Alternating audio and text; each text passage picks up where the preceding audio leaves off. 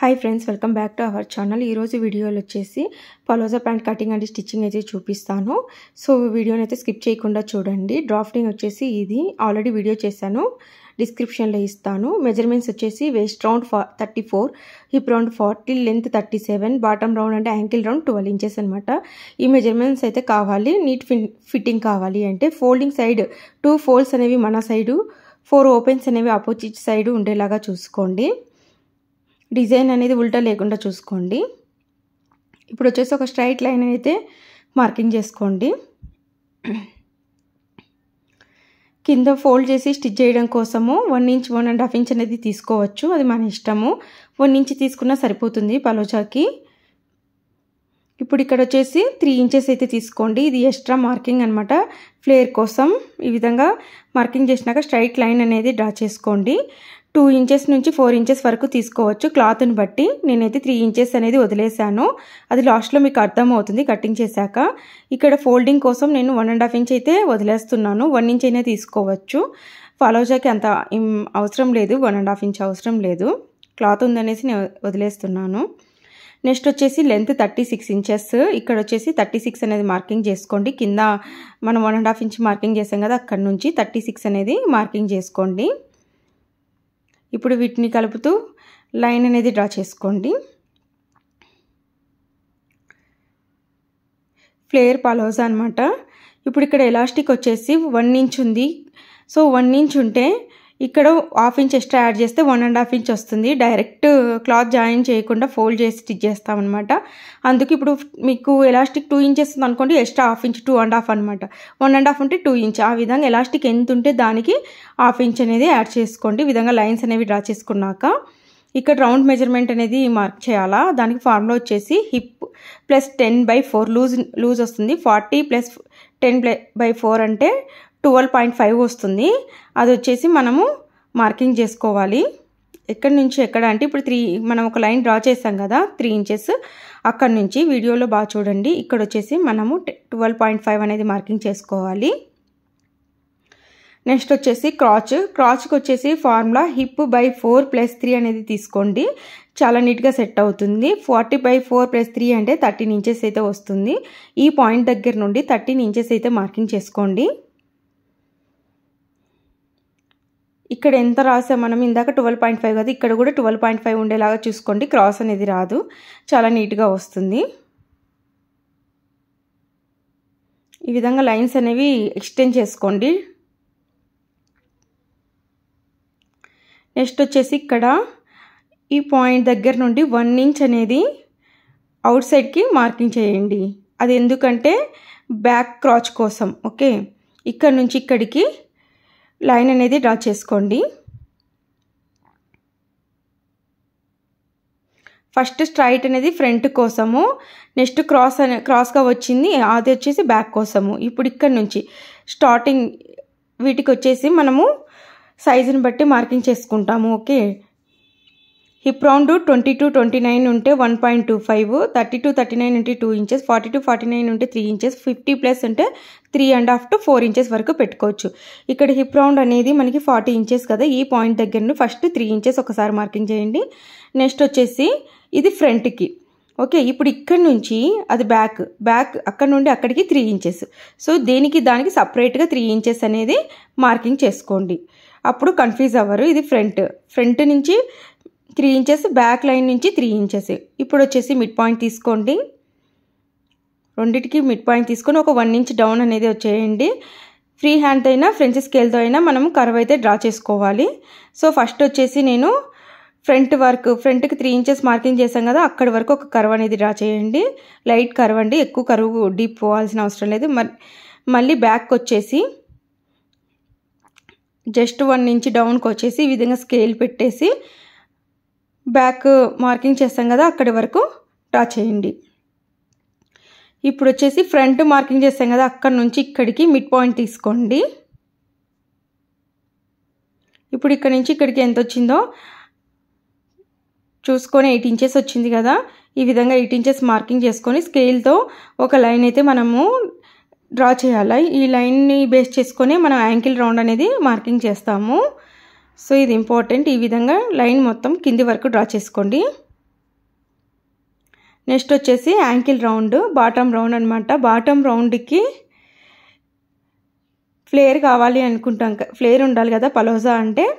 అది మనము ఫార్ములా అయితే ఉంది దానికి. ఎట్లా అంటే బాటమ్ రౌండ్ ఎంత ఉంటుందో దాన్ని అంత అనేది మనము యాడ్ చేసుకోవాలా ఫస్ట్. ఇక్కడ 12 ఇంచెస్ ఉంది కదా, 12 + 12 అంటే 24. So 24 + 3 inches, 3 inches are 4 inches అనేది ఎక్స్ట్రా యాడ్ చేసుకోండి. నేను 4 ఇంచెస్ అయితే యాడ్ చేశాను. బై 4 చేయండి. 28/4 7 వస్తుంది. ఓకే, ఇప్పుడు ఈ లైన్ అనేది జస్ట్ డార్క్ చేస్తున్నాను. ఈ పాయింట్ దగ్గర నుంచి మిడిల్ పాయింట్ తీసుకున్నాం కదా, అక్కడ నుంచి 7 ఇంచెస్, మళ్ళీ ఇక్కడ 7 ఇంచెస్ అనేది ఎక్స్ట్రా మార్కింగ్ చేసుకోండి. ఇప్పుడు సైడ్స్ అయితే మార్కింగ్ చేసేద్దాం. మనకి ఇక్కడ లెగ్ స్కేల్ ఉంటే బాగుంటుంది. ఇది వచ్చేసి నాకు హిప్ కర్వ్ అనమాట. సో నేను స్ట్రైట్గానే మార్కింగ్ చేస్తున్నాను. హిప్ స్కేల్ అయితే నేను యూజ్ చేయట్లేదు. టేప్ తీసుకొని స్ట్రైట్గా లైన్స్ అయితే డ్రా చేసుకోండి.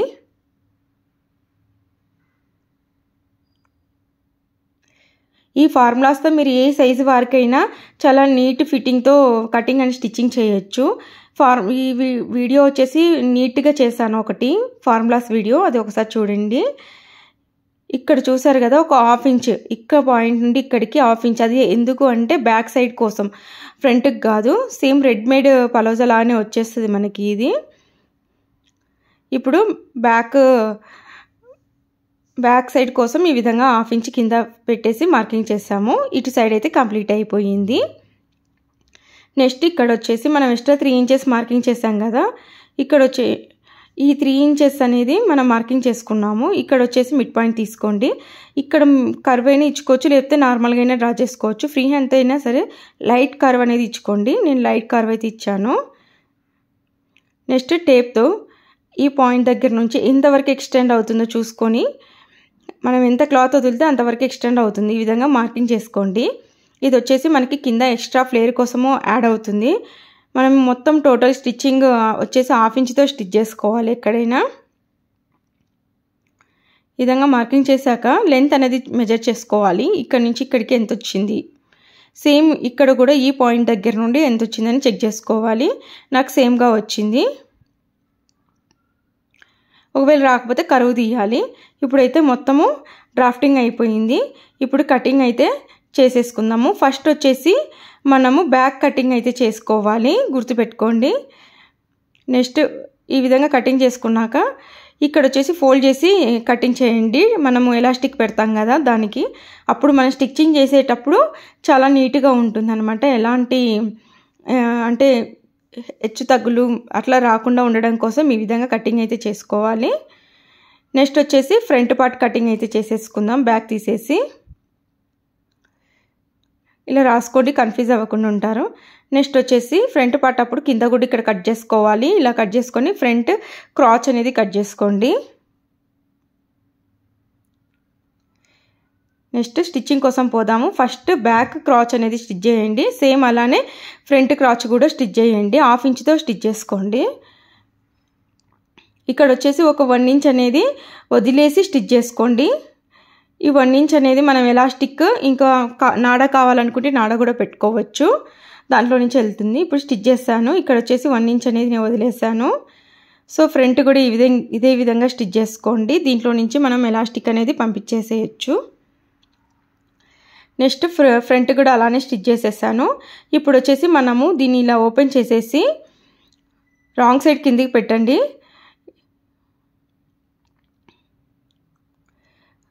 రాంగ్ సైడ్ కిందికి పెట్టేసి ఇందాక ఫ్రంట్ స్టిచ్ చేసాం కదా, ఫ్రంట్ని వచ్చేసి పైకి ఇలానే రైట్ ఆన్ రైట్ అనే డైరెక్షన్లో పెట్టేసుకోండి. ఈ విధంగా పెట్టేసుకొని సైడ్స్ మొత్తము 1/2 ఇంచ్తో స్టిచ్ చేసుకోండి.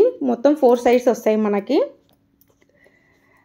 ఇక్కడంతా 1/2 ఇంచ్తో, ఓకే, ఇటు సైడ్ 1/2 ఇంచ్తో,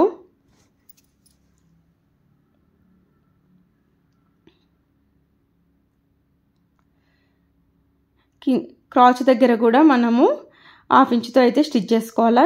ఈ స్టిచ్ లైన్స్ డిఫరెంట్ డైరెక్షన్లో పెట్టుకోండి, అప్పుడు మనకి థిక్నెస్ రాదు. కింది నుంచి మనము మొత్తం 1/2 ఇంచ్ అనేది స్టిచ్ చేసుకోవాలి. కింద కూడా ఫోల్డ్ చేసి మనము 1.5 ఇంచ్ వదిలాం కదా, ఎంత వదిలితే అంత స్టిచ్ చేసుకోవాలి. చూసారు కదా, మొత్తం ఓవర్లాక్ చేశాను స్టిచ్ చేసేసి.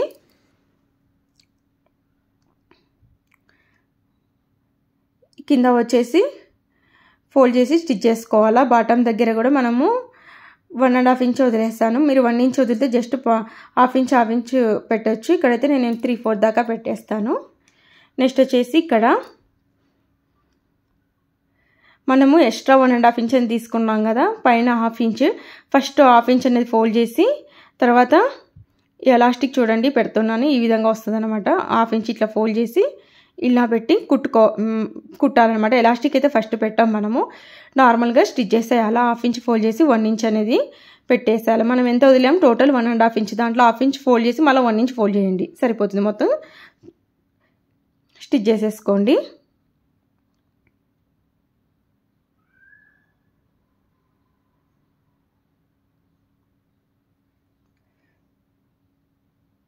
ఇక్కడ చిన్న కట్ ఇచ్చేసి స్టిచ్ చేసుకోండి, నీట్గా ఉంటుంది. ఎందుకంటే మనము నాడబెట్టిన ఎలాస్టిక్ పెట్టినా నీట్గా ఉంటుంది, బయటికి రాకుండా పీసెస్ ఊడకుండా ఉంటుంది. అక్కడ ఒక స్టిచ్ అయితే వేసేసుకోండి. ఇప్పుడు ఎలాస్టిక్ వచ్చేసి ఇది చాలా రఫ్గా ఉందన్నమాట. వేస్ట్ రౌండ్ 34 కదా, 34కి నేను ఇంకా 1 ఇంచ్ యాడ్ చేశాను.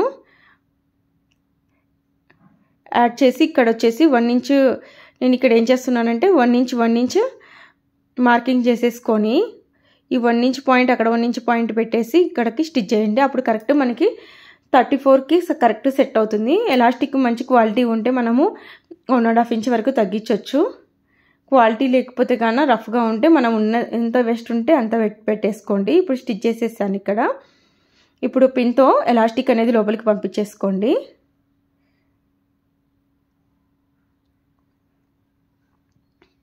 ఇక్కడ పిన్ పెట్టేసేసి ముందు ఎలాస్టిక్ అనేది లోపల నుంచి బయటికి తీసుకొచ్చుకోండి.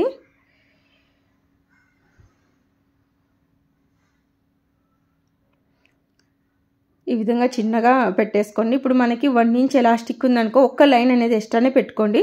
అప్పుడు ఫ్రీగా మనకి మూవ్ అవుతుంది, లేకపోతే కొంచెం టఫ్గా అనిపిస్తుంది. సో ఈ విధంగా బయటికి తీసుకొని రండి. ఈ పలోజా కటింగ్ థియరీ అనేది చాలా నీట్గా క్లియర్గా వీడియో చేసి పెట్టాను. ఆ వీడియో అనేది నేను డిస్క్రిప్షన్లో ఇస్తాను, ఒకసారి చూడండి. ఇప్పుడు ఇక్కడ మనము స్టిచ్ చేసుకోవాలి. ఈ విధంగా దీన్ని మనం అడ్జస్ట్ చేసేసుకోండి. అడ్జస్ట్ చేసుకొని ఎలాస్టిక్ వేసిన తర్వాత పైన కూడా టాప్ స్టిచ్ అనేది వేసుకోండి. సో కొన్ని పలోజాస్కి నాడ కూడా వస్తుంది, ఆఫ్టర్ ఎలాస్టిక్ వేసినా కూడా నాడ కూడా ఉంటుంది. సో నేను ఇక్కడ నాడ కూడా అటాచ్ చేశాను. ఇక్కడ ఒక స్టిచ్ అయితే వేసుకోండి.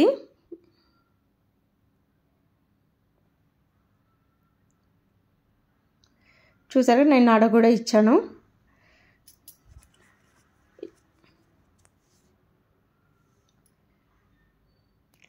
ఇలా నీట్గా అడ్జస్ట్ చేసిన తర్వాత స్టిచ్ అనేది వేయాలి. ఇంకా నేను స్టిచ్ వేయలేదు, కింద కూడా ఫోల్డ్ చేసి స్టిచ్ చేశాను.